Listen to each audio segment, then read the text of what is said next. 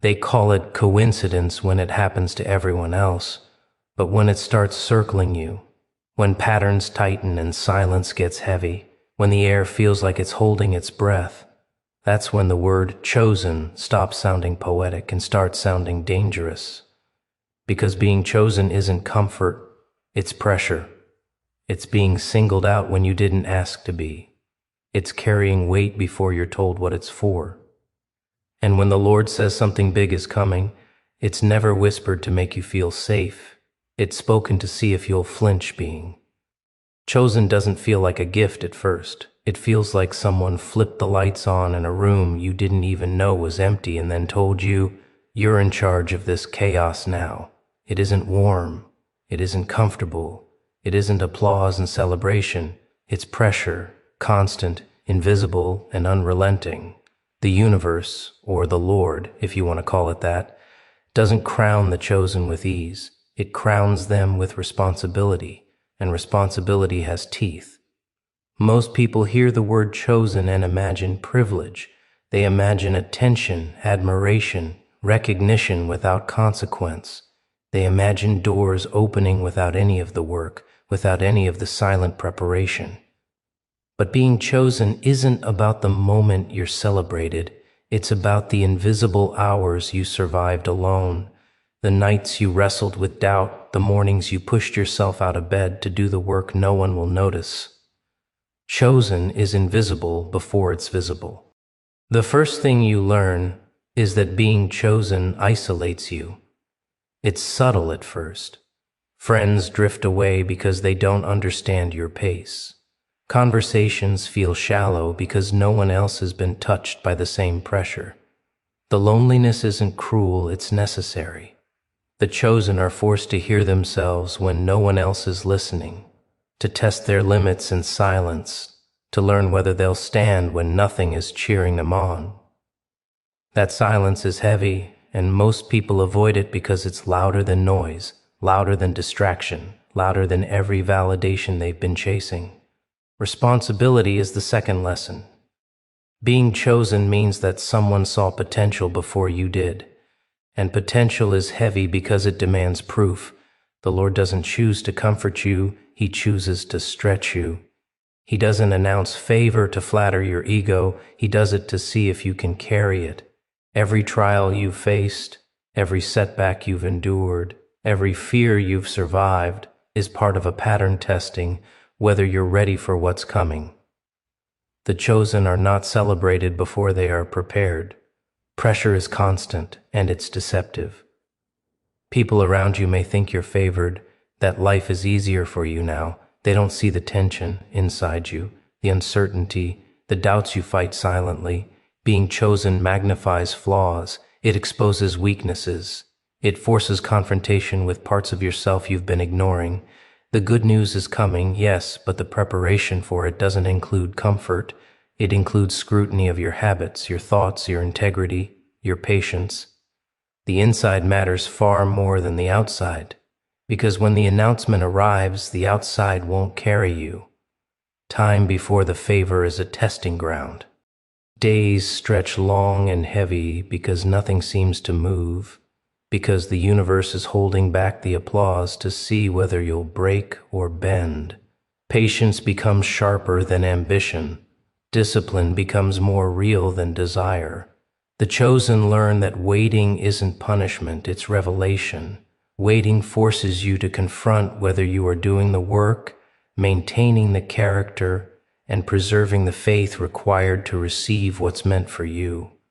The chosen also realize that favor attracts attention, and attention is dangerous. People who have been ignored for too long suddenly notice. They offer advice, critique, envy, manipulation. Some want a share of what's coming, some want to derail it, some want to claim it as their own. The chosen must learn to walk carefully, to move with precision, to trust only what can be tested and proven. Favor doesn't just arrive, it tests who is prepared to handle it and who is not. Character becomes the currency. The inside matters infinitely more than the outside. You can have preparation without integrity, and it collapses at first pressure. You can have opportunity without wisdom, and it backfires. You can have faith without patience, and it burns out before the blessing even touches you. Being chosen means every flaw is magnified, every strength is sharpened, every decision counts, because someone is watching, not to reward, but to see if you're capable of carrying what's coming. Being chosen is terrifying because it removes comfort, it removes excuses, it removes the illusion of control. It asks whether you can stand when nothing else supports you. It asks whether you can carry weight before you fully understand what it is. And it asks whether, when the big good news arrives, you will bend under expectation or rise to the level of the calling. It's not about luck, it's about proof. It's not about being ready to receive, it's about being ready to endure, to act, to transform, to hold the responsibility that accompanies what has been promised. Silence is the first test. The chosen often think they've been forgotten, ignored, abandoned. Days stretch endlessly, nights feel longer than they should. The world doesn't rush to celebrate the chosen, it doesn't announce their arrival with fanfare, it doesn't give permission to feel special. Silence presses, weighs, isolates, and in that silence, character is revealed. You discover what you're made of when no one is watching, when no one cares, when the world is indifferent to your struggle and you are left with only yourself. People fear silence because it forces confrontation, it forces honesty. It strips away excuses and reveals what's been hidden beneath the noise of attention, distraction, and comfort. The chosen spend more time in silence than anyone else, not because they wanted it, but because silence is where preparation hides. The tests are quiet, subtle, invisible. The lessons are not delivered with applause, they arrive in the absence of anything else. And the weight of that absence is heavy, heavier than any external pressure. The world is loud, and silence is louder. When you are chosen, the absence of recognition is not neglect, it is calibration. Every unanswered question, every delay, every moment of seeming inaction is a test to see if you can maintain steadiness, if you can sustain faith, if you can endure without validation. Most people fail this test without knowing it because they seek external signals. The chosen must learn to measure themselves against internal standards, against invisible benchmarks, against the quiet demands of destiny. Isolation comes with silence, and it is both a punishment and a privilege. People drift away, relationships falter, distractions disappear, and suddenly you are alone with your thoughts, your doubts, your fears. But that is where the chosen are forged. It is in the loneliness that strength is built, in the absence of applause that patience is cultivated, in the confrontation with self that resilience is sharpened. You are being refined in ways that cannot be rushed, cannot be outsourced, cannot be ignored. Every moment in silence is an opportunity and a threat. You can choose to shrink into despair, to question your worth, to let fear dictate action, or you can choose to observe yourself, to confront every weakness, to refine every habit, to prepare quietly for what has been promised. The chosen learn to move in silence, to think in silence, to plan in silence, to grow when no one else sees. Silence is not empty. It is full of tests that most people miss because they are too busy listening to noise, chasing applause, or avoiding discomfort. Waiting becomes a weapon in the hands of silence. The chosen wait for alignment, for clarity, for the moment when preparation meets opportunity. That waiting is not idle, it is active, intentional, disciplined. Every day of seeming inactivity is a chance to sharpen skills, strengthen character, expand understanding, and confront the parts of self that are weak, lazy, or dishonest. Silence allows this work to accumulate without distraction or interruption, creating an unseen reservoir of power that will eventually reveal itself. Patience is learned in silence. not the kind taught in books or preached in sermons, but the kind that burns quietly inside while the world moves, distracts, and demands immediate results. Patience that survives boredom, doubt, fear, and uncertainty is the kind that carries the chosen through moments when everything external seems stagnant or indifferent. Patience is not passive, it is persistent. It is endurance without applause, without acknowledgement, without reassurance. The chosen also learn observation in silence. Every subtle shift in thought, every quiet reflection, every unnoticed decision is recorded and tested. Silence teaches attentiveness. It forces awareness of what others miss. It forces noticing patterns in self, in circumstance, in timing. Observation in quiet builds discernment, intuition, and the ability to act decisively when the big good news finally arrives. The chosen are not blind to opportunity, they have trained themselves to see it in advance. Silence is dangerous too. It reveals weakness as brutally as it reveals strength. The chosen confront fear, doubt, impatience, and temptation alone. No one steps in to soothe, correct, or rescue. Silence exposes whether faith is real, whether courage is authentic, whether endurance is true. Most crumble under this weight. The chosen survive because they realize silence is not absence, it is preparation. It is the unseen training ground that ensures when favor arrives, they can carry it without breaking, without flinching, without needing applause to validate their worth. And so silence becomes a companion, a teacher, a crucible. It is heavy, uncomfortable, relentless, and inescapable. Yet it is where the chosen learn to stand when nothing else supports them, to act when nothing else instructs them, to trust when nothing else reassures them. Silence is the invisible arena where readiness is built, and readiness is what distinguishes those who will rise to the promise from those who will collapse under expectation. Pressure doesn't arrive politely. It doesn't knock. It doesn't announce itself. It just lands, sudden, heavy, and undeniable. People panic under pressure because they've spent their lives avoiding it. They've built routines, excuses, distractions, and comfort zones, all carefully crafted to delay confrontation with what really matters. But when the Lord says big good news is coming, pressure becomes unavoidable, and the chosen are tested in ways the unprepared cannot imagine. Pressure is a mirror. It reflects every weakness, every doubt, every habit ignored. It doesn't care about intent or promises or dreams. It only reveals whether the foundation beneath your life is solid enough to hold what is coming. Most crumble because they thought intention alone was enough. They thought faith could exist without discipline, courage could exist without preparation, patience could exist without endurance. Pressure doesn't negotiate with illusions. Being chosen intensifies pressure because expectations are invisible but absolute. You aren't just carrying your own future, you are carrying the potential someone else, someone infinitely more observant than the world itself, has entrusted to you.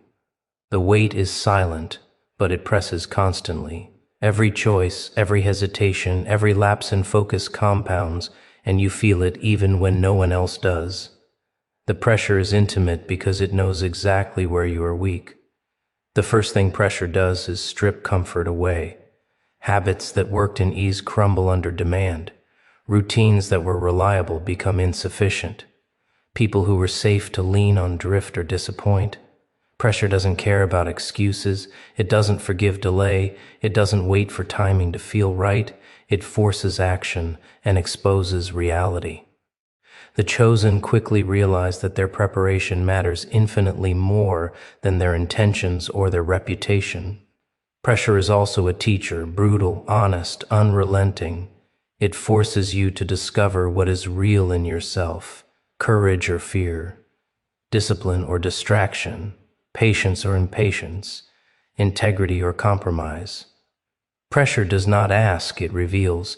Every decision, every reaction, every moment of resistance or surrender leaves a mark, and those marks are visible to the world later, long after the initial test has PAs. Said, shaping how you carry the big good news when it arrives. Isolation amplifies pressure. Being chosen often means walking alone, being misunderstood, or being ignored by those who cannot grasp the responsibility you've been given. The silence of solitude is part of the design. It sharpens you. It forces focus. It removes crutches. No one can prepare you for pressure except pressure itself, and the chosen discover that the absence of reassurance is the only thing that cultivates true resilience. Fear sits alongside pressure, constant, persistent, whispering lies about inadequacy and failure. It doesn't always shout. Most of the time it is quiet, creeping, insidious. The chosen must learn to move in spite of fear, to trust even when uncertainty dominates, to act even when the outcome is unknown. That trust is not blind. It is forged through repeated confrontation with pressure until courage becomes instinct and endurance becomes habit.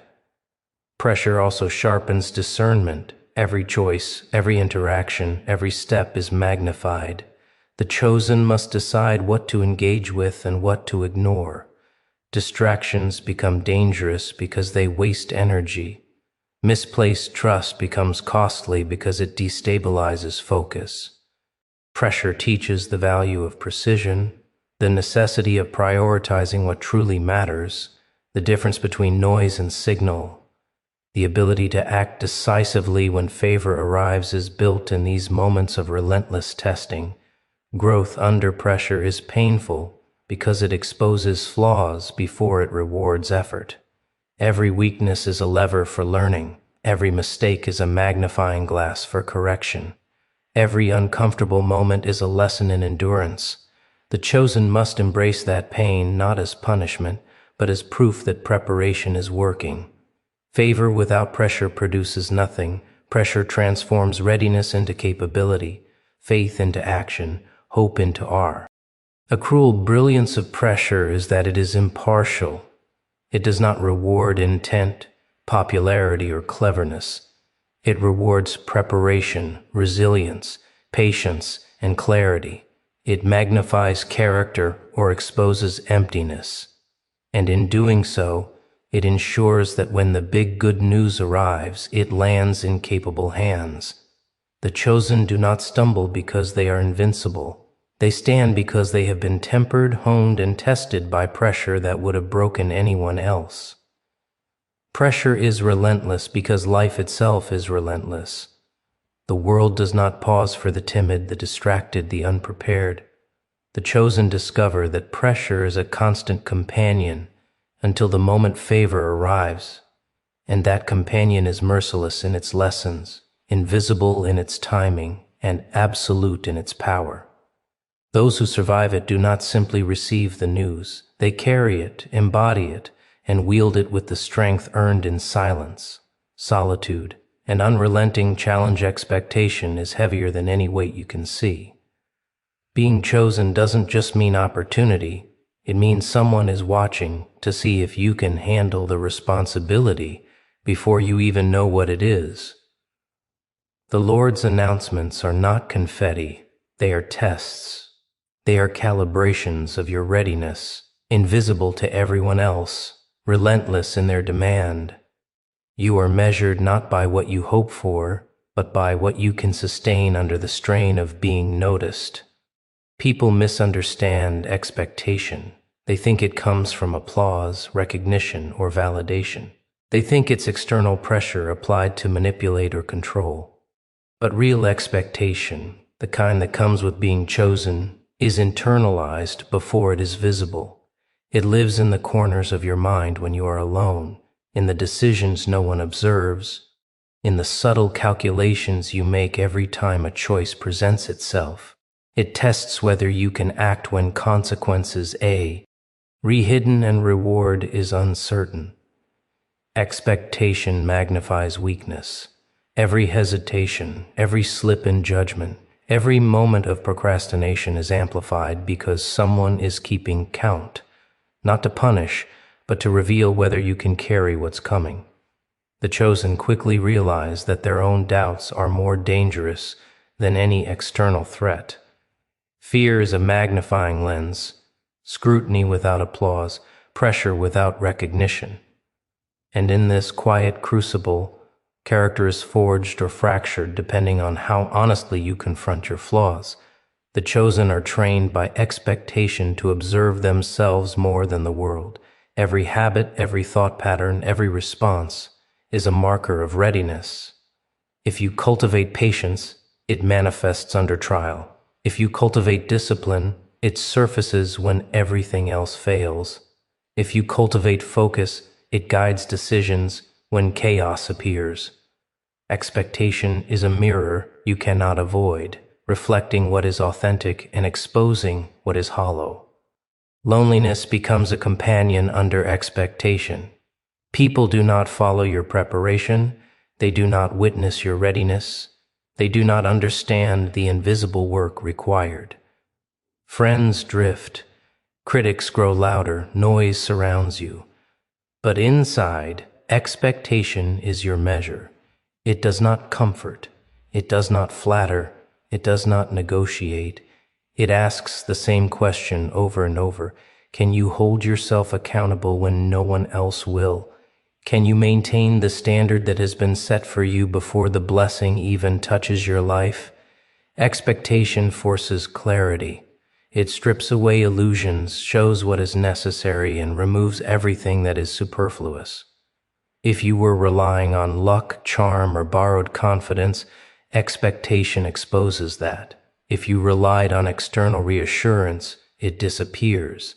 Only what you've built internally, discipline, courage, patience, integrity, remains reliable. Expectation teach us that the outside world is irrelevant when what matters is what you carry in silence, in solitude, in preparation. The burden of being watched, even invisibly, shapes choices. The chosen learn to prioritize. They learn to act decisively. They learn to engage with what is essential and ignore what is distracting. Every thought, every action, every plan is weighed against an unseen standard. And failure is instructive. Every mistake reveals a gap between preparation and responsibility. Every success reveals the small steps that made it possible. Expectation is a teacher whose lessons are relentless and often invisible. Expectation cultivates resilience. It teaches endurance without applause. It teaches strength without recognition. It teaches focus without distraction. The chosen learn that patience under anticipation is more valuable than speed under excitement. They learn that consistency under pressure matters more than brilliance under observation. They discover that readiness is not measured by how quickly you act, but by how reliably you sustain yourself when the world is silent, indifferent, and demanding. Faith and action are inseparable under expectation. You cannot wait for the blessing without moving toward it. You cannot pray without preparation. Expectation demands alignment between belief and effort. It tests whether your internal development matches the magnitude of what is promised. Every day spent idle, distracted, or avoiding challenge weakens your capacity to carry the good news when it arrives. Expectation reveals that preparation is not optional. It is inevitable. Ultimately, expectation shapes identity. The chosen discover that who they are under pressure, silence, and observation is more real than the persona presented to others. The weight of unseen scrutiny forces honesty, forces growth, forces confrontation with weakness. When the announcement comes, when the Lord delivers the big good news, the chosen are not defined by luck or favor alone. They are defined by whether expectation has carved them into someone capable of carrying, sustaining, and embodying what has been entrusted to them. Faith is a living thing. Most people think of it as a concept, a comfort, a hope whispered in the dark when things feel heavy. But real faith, the kind the chosen carry, is relentless, stubborn, and demanding. It is tested not when life is easy, but when life refuses to bend to expectation, when delays stretch on, when silence presses like a weight you cannot shake. Faith in these moments is not optional. It is survival. It is endurance. It is the quiet engine that will carry the big good news when it finally arrives. The chosen discover that faith is not a feeling. It is a muscle trained in discomfort. It grows in the gaps between expectation and realization, in the quiet hours where nothing seems to happen, in the repetitive acts of doing what must be done, even when there is no applause, no verification, no certainty. That is the crucible where faith becomes functional. Without it, preparation is wasted. 2 minutes left. That's what they tell you when they want you to panic, when they want you to rush, when they want you to miss the point. Funny thing about time is it doesn't get louder. When it's almost gone, it gets quieter. You start noticing things you ignored. The walls, the ceiling, the way the floor holds your weight without ever asking who you are or what you've done. You call it a house, but it's more honest to call it a witness. Time doesn't knock politely. It doesn't warn you with fireworks or countdowns unless you're already paying attention. Most of the time, it just sits there, quiet, watching you get comfortable. Comfort is sneaky like that. It feels earned. It feels safe. It feels like proof you're doing something right. Soft chairs, familiar routines, the same streets, the same conversations, the same excuses dressed up as stability. Comfort tells you to relax, to wait, to enjoy the moment, and time smiles because it knows. Comfort is where truth goes to hide. When life feels easy, character goes silent. You don't notice the weak habits because nothing is pressuring them. You don't notice the wasted hours because tomorrow feels generous. You don't notice the fear because it's padded with convenience. Comfort is a thick curtain pulled over the mirror. You walk around thinking you know yourself, but you're only seeing the version of you that survives without resistance. Time doesn't rip that curtain away all at once. It lets it hang until you forget it's there, then pressure arrives. Not dramatically, not like the movies. Just enough to disturb the routine. A loss, a deadline, a consequence you postponed, finally collecting interest. And suddenly comfort evaporates. The soft edges disappear. The silence gets loud. That's when time starts talking, not with words, but with exposure. What you avoided learning becomes obvious. What you avoided fixing becomes heavy. What you kept delaying stands in front of you. Unblinking time has a cruel sense of humor.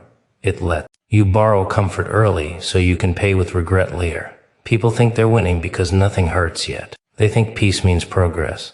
But peace without growth is just sedation. Time watches you sink into it. Watches the days blur together, watches potential rust quietly. And when it finally asks for proof of who you are, comfort doesn't show up to testify for you under pressure. Masks slip, motivation disappears. Excuses run out of breath. That's when time reveals what comfort hid. Discipline or the lack of it, courage or avoidance. Ownership or blame. You don't rise to the occasion. You fall to the level of your preparation. And preparation doesn't happen in comfort. It happens in discomfort, in repetition, in the boring work you kept postponing. Because you felt fine without it. People misunderstand time. They think it heals, forgives, resets. It doesn't. Time only reveals. It shows you what you've been feeding consistently. If you fed comfort, time shows dependency. If you fed discipline, time shows strength. If you fed excuses, time shows fragility. Time doesn't change who you are. It removes the padding so everyone can see it, including you. Comfort lies by telling you that tomorrow is flexible. Time tells the truth by making tomorrow exact. You don't feel the damage of small choices immediately. Skipping effort today feels harmless. Delaying growth feels reasonable. Avoiding hard conversations feels peaceful. Time records all of it quietly. Then one day, the bill arrives without explanation, and you're confused because you don't remember. Agreeing to the price, the dangerous thing about comfort is that it feels deserved. You tell yourself you've worked hard enough, suffered enough, waited long enough.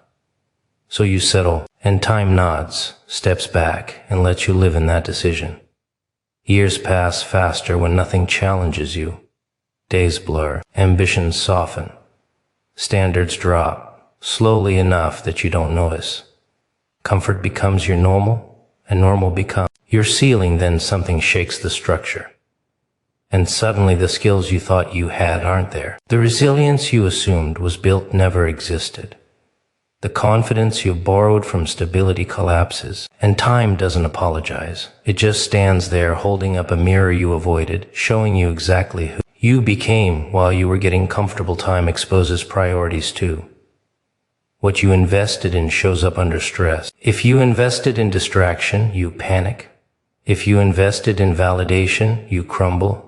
If you invested in growth, you adapt. Comfort hides priorities because it doesn't demand choices. Time demands them all at once. And when that moment comes, you don't get to explain what you meant to do, only what you actually did. The truth is, comfort isn't evil. It's just honest when paired with time. It shows you whether you used ease to prepare or to escape.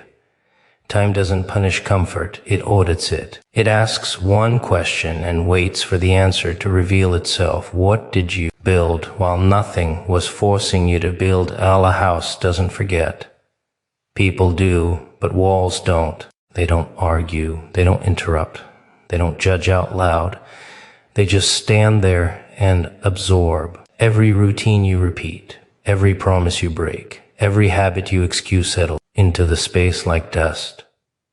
You stop noticing because it's always been there. You think excuses disappear once you say them enough times, but a house hears them all and keeps them stacked neatly in the corners. You call it shelter, but it's more accurate to call it a record. The floor remembers how often you paced instead of acted. The couch remembers how long you sat planning instead of doing. The bedroom remembers the nights you told yourself tomorrow would be different without changing anything that caused today. A house doesn't care why you didn't move forward. It only knows whether you did or you didn't. Excuses feel light when you speak them. They sound reasonable, even intelligent, tired, busy, not the right time, waiting for the right opportunity. House hears all of them and treats them the same. It doesn't weigh intent, it weighs repetition. One excuse is nothing. A pattern of them becomes architecture. You build a life that supports avoidance so well you stop noticing you're trapped. Inside it, people like to believe effort is loud and failure is obvious. It's the opposite. Failure whispers. It settles into routine. It disguises itself as normal life. A house watches the transformation quietly. It sees ambition soften into comfort. It sees goals turn into stories you tell guests to sound like you're still moving. It sees discipline replaced with distraction and calls it exactly what it is without ever needing to say a word. The dangerous thing about excuses is how reasonable they feel when you're alone. No one challenges them. No one laughs at how weak they sound. No one asks hard questions. And the house becomes your accomplice. It gives you privacy. It gives you silence. It gives you just enough comfort to keep you from feeling the urgency you keep postponing until time compresses and the silence starts feeling heavier than noise. A house remembers habits because habits are honest. They show up even when motivation doesn't. They don't need explanations. They don't care about intention. They repeat whether you're proud of them or ashamed. A house watches what you do first thing in the morning and last thing at night. It knows whether you reach for discipline or distraction. It knows whether you train, study, create, or escape. And it never confuses effort with performance. Excuses love to perform. They sound good when spoken. They impress others. They soften judgment. Habits don't perform. They just exist. And when someone walks through your space long enough, they can feel it. The energy of movement or stagnation. The difference between a place where growth happens and a place where avoidance lives comfortably. A house doesn't need trophies on the wall to tell the truth. It only needs time. People think changing location changes life. New house, new city, new room, new setup. But the habits move in with you. The excuses unpack faster than the furniture. The same routines claim the same corners. The same avoidance settles into a different shape. A house doesn't create your life, it reflects it. And reflection is cruel because it shows you the same patterns wearing a different address. There's a reason silence in a house can feel loud. It's full of unfinished conversations with yourself. Unkept promises echo longer than spoken words. Every time you said later, the walls heard you. Every time you chose comfort over progress, the space adjusted to accommodate it. And when you finally slow down enough to notice, the house feels heavier, not because it's judging you, but because it's holding everything you refuse to carry. Consciously habits turn houses into either launch pads or holding cells. Same walls, different lives. One person uses the space to sharpen discipline, build skill, confront weakness. Another uses it to hide, delay, numb, and justify. The house doesn't reward one and punish the other. It simply records the outcome faithfully. Growth leaves a different residue than stagnation. And time makes that difference impossible to ignore. Excuses need an audience. Habits don't. That's why excuses fade when pressure arrives and habits take over. When life squeezes, you don't rise to what you said, you fall to what you practiced. And the house already knows which one you chose, because it watched you practice every day when no one else was around. If walls could speak, they wouldn't ask why you failed or congratulate you for trying. They would only repeat your habits back to you over and over until you either change them or accept the life they quietly built around you while you were busy explaining yourself to everyone except the one place that never forgot anything you did inside. Its safety feels like a promise. Soft lighting, locked doors, familiar routines. The illusion that nothing bad can reach you if you stay where you are. People worship safety because it quiets fear, but fear doesn't disappear, it just gets bored. And when fear gets bored, it starts rearranging the furniture in your head. Safety without growth doesn't protect you, it sedates you at first. Safety feels earned. You worked hard to get here. You survived chaos, uncertainty, instability. So you build walls, not just physical ones, mental ones. Rules, limits, comfort zones dressed up as wisdom. You tell yourself you're being smart, responsible, careful, and time nods politely, while you slowly stop moving. Growth is noisy. It disrupts. It demands discomfort, risk, failure, embarrassment. Safety hates that. Safety wants predictability. It wants control. It wants you to repeat what you already know works, even if it no longer leads anywhere. So you negotiate with yourself. You say you'll grow later. You say this is temporary. You say you're just resting. And the walls get thicker. The prison doesn't look like bars at first. It looks like routine. Same wake-up time. The same conversations. Same complaints recycled with new dates. Same ambitions talked about but never touched. Safety becomes the excuse you use to avoid the unknown.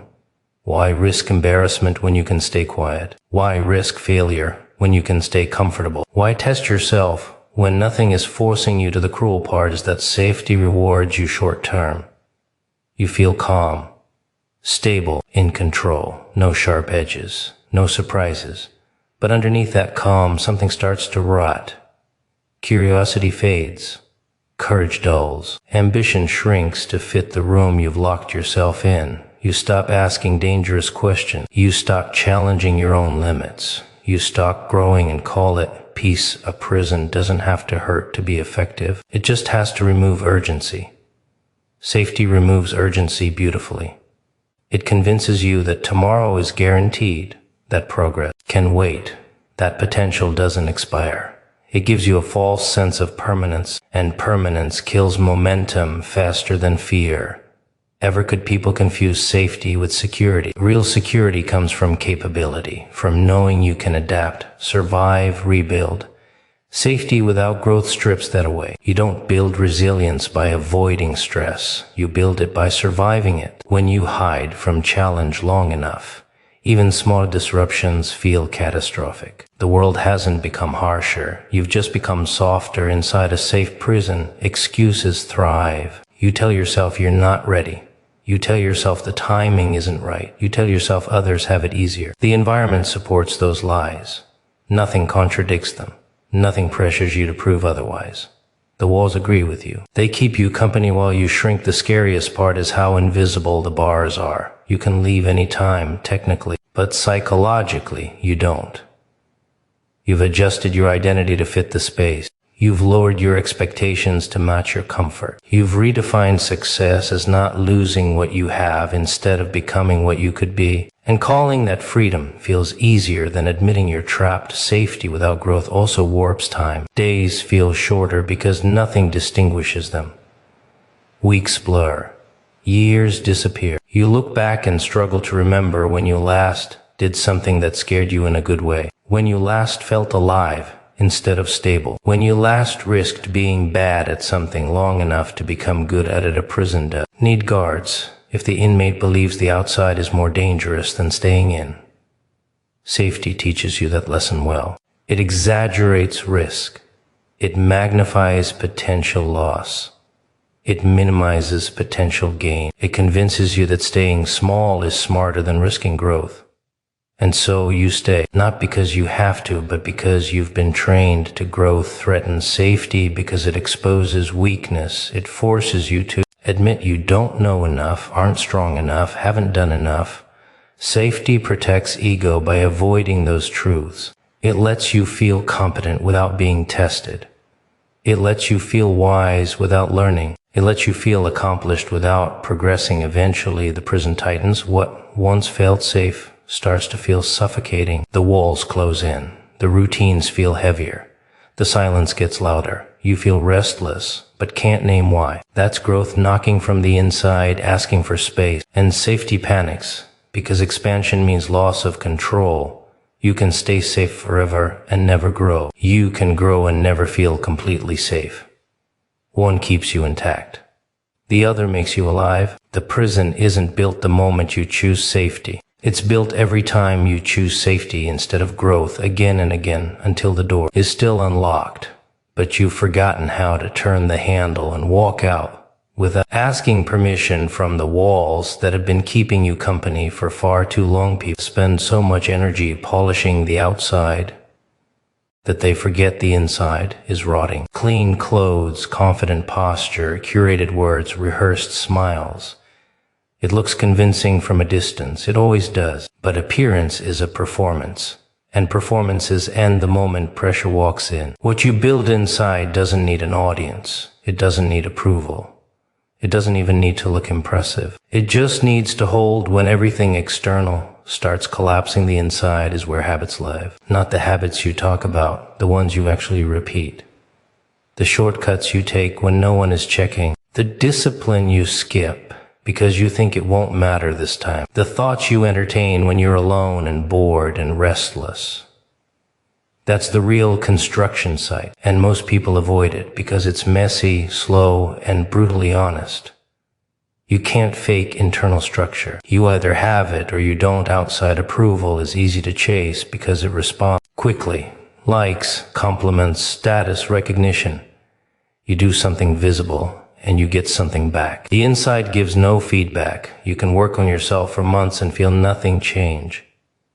That silence scares people. It makes them doubt whether the work matters. So they go back to decorating the outside, adding another layer of paint to a structure. That's never been reinforced. Pressure exposes the difference instantly.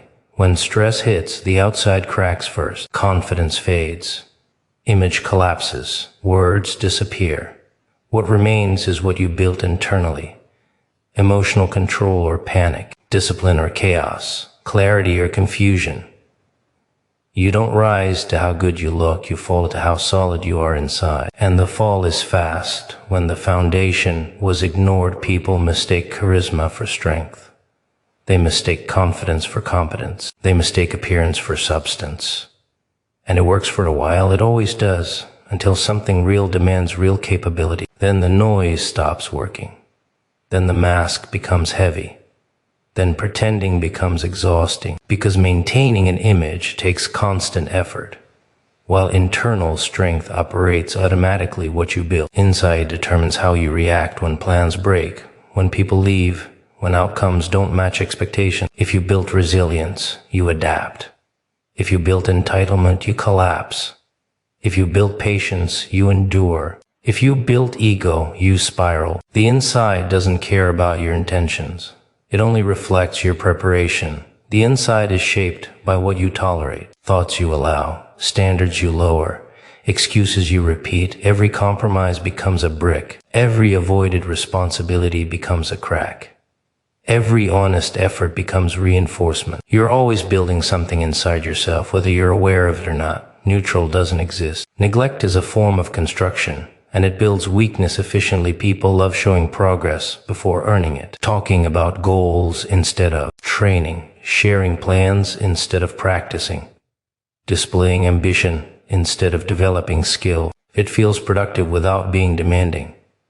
The outside gets applause while the inside stays underdeveloped. And when reality finally asks for proof, the applause doesn't answer. Inner structure is boring to talk about. No one claps for emotional regulation. No one celebrates consistency in private. No one notices when you choose discipline over distraction in an empty room. That's why it's rare. That's why it's powerful. Because the people who build inside don't need validation. They don't panic when unseen. They don't crumble when ignored. They carry their strength with them quietly. The inside also remembers. It remembers how you treat yourself when things go wrong. It remembers whether you default to blame or ownership. It remembers whether you escape or confront. Over time, those responses become automatic, and automatic behavior is dangerous or unstoppable depending on what you train it to be. You can lose everything external and survive if the inside is solid.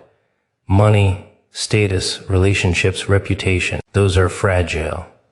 The inside determines whether loss breaks you or reshapes you. People who invest internally don't fear change as much because they trust what they carry. People who only invest externally panic at instability because they have nothing underneath. To stand on the tragedy is that building inside takes time and gives no shortcuts. You can't rush it. You can't outsource it. You can't fake it forever.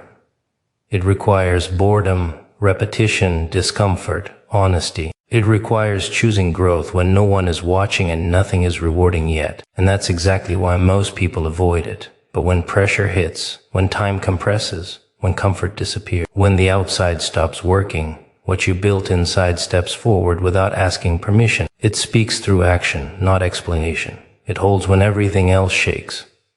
And in that moment, image becomes irrelevant, words become unnecessary. And the only thing that matters is whether the structure you ignored or invested in is strong enough to carry you without collapsing under the weight you pretended would never come. Walls are honest in a way people aren't. They don't explain themselves. They don't argue intentions. They just stand there and do their job. And that job can go two ways. A wall can protect you from what's outside, or it can hide you from what's inside. Most people pretend they're building protection when they're real, constructing a place to disappear at first. Walls feel necessary. You've been hurt, disappointed, exposed. So you put something between you and the world. Boundaries, routines, isolation, excuses that sound like wisdom. You call it self-care. You call it being careful. You call it knowing better now. And sometimes you're right. Protection matters. But the moment the wall stops being a tool and starts becoming a shelter from responsibility, it changes function. Avoidance loves walls because walls create silence. Silence makes it easier to delay, easier to rationalize, easier to convince yourself that nothing needs to be done right now. When nothing can get in, nothing can challenge you. No feedback, no pressure, no reminder that you're capable of more than what you're currently doing. The wall keeps danger out, but it also keeps urgency away. People don't usually build walls all at once. They add bricks slowly. One skipped risk, one postponed decision, one uncomfortable conversation avoided, one habit left unchecked because it didn't seem urgent. Each brick feels harmless, sensible, even, until one day you realize you've surrounded yourself so well that growth can't reach you anymore. A protective wall still has doors. It opens when needed.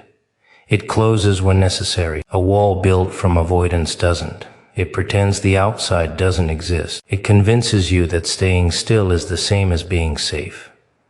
that comfort is the same as peace, that not losing is the same as winning, and the longer you stay behind it, the more threatening the outside feels, even if the outside is where your potential actually lives. Walls that conceal avoidance are reinforced by routine. Same days, same habits, same conversations, same complaints recycled so often they start sounding like facts. You stop noticing how small your world has become because it's consistent, predictable, controlled. Control feels powerful until you realize it's only controlling how little you move. The wall also protects ego. If you don't try, you don't fail. If you don't step out, you don't get judged.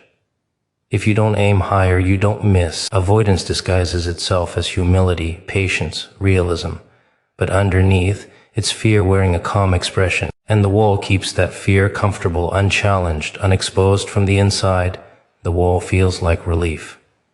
Less noise, less risk, less demand. But over time, relief turns into restlessness.